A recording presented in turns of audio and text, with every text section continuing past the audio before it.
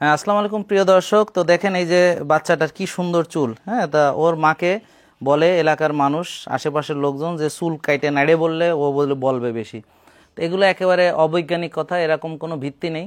হ্যাঁ, বাচ্চারা আসলে বেশি মোটা হওয়া ভালো না। তো ও শুকনা কেন, এটা নিয়ে তাদের আপত্তি।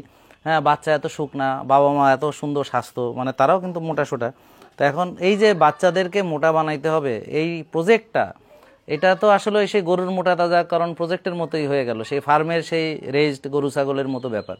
তা আসলে বাচ্চারা এই সুস্বাস্থ্য মানে কি, ওরা ছোট মানুষ, ওরা খেলাধুলা করবে, ওরা যখন খাওয়া দাওয়া করবে ভালো খাবারটা খাবে।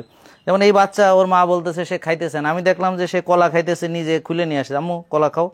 তারপরে সে ওই যে বেল খাইলো আমাদের সামনে।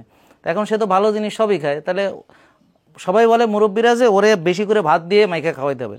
আসলে বাচ্চাদের জন্যে প্রোটিন হচ্ছে বেশি দরকার, কারণ হচ্ছে তাদের গ্রোথ হবে, তারা বেড়ে উঠবে। তো good quality protein, good quality fat, হ্যাঁ, যেমন ঘি, তারপর হচ্ছে নারকেলের তেল, গরু ছাগল, হাঁস মুরগি কবুতর, এগুলোর মাংস, মাছ, ডিম ইত্যাদি, সঙ্গে বেশি করে শাকসবজি খাবে। আর অল্প সে ভাত খাবে, লাল চালের ভাত। আর সে ন্যাচারাল যে মিষ্টিগুলো, সেগুলো খেয়ে বেড়ে উঠবে। তো এখন এই যে বাচ্চারা, ওদের যে মনে করেন যে গ্রোথ, ওদের যে খাওয়া, এগুলো নিয়ে আমাদের অনেক ভুল ধারণা আছে। তো আমরা চেষ্টা করব যে আমরা ভুল ধারণাগুলো দূর করতে, আর ওদের আসলে